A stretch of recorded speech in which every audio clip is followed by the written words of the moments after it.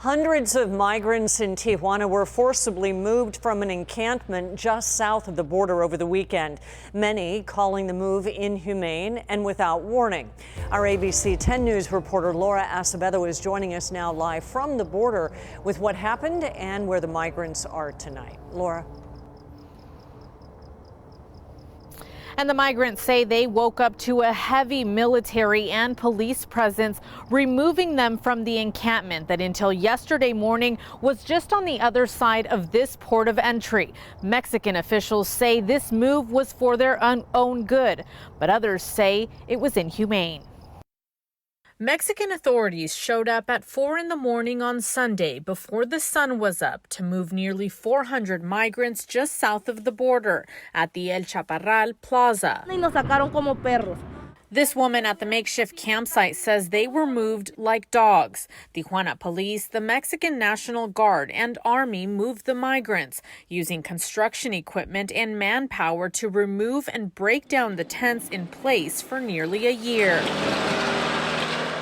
The El Chaparral camp was formed in January of last year, just south of the Ped West port of entry, as the Biden administration took office. Migrants hoped they'd be able to claim asylum as the Remain in Mexico program was winding down. The Biden administration has since reinstated the program due to a court order and expanded it to include other nationalities. And so you started to see people camp, hoping that they would be able to present their claim to asylum.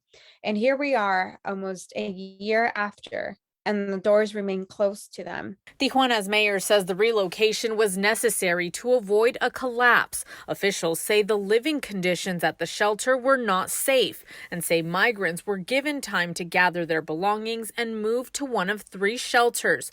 But Dulce Garcia of Border Angels says that's not true. They didn't come up with a plan for them. So they're on the streets tonight.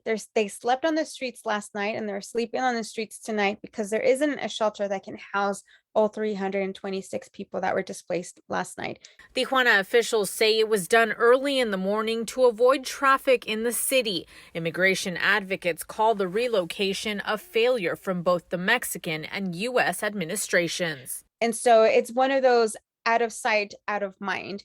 And they're pushing them to parts of the city where they are not going to call national and international attention.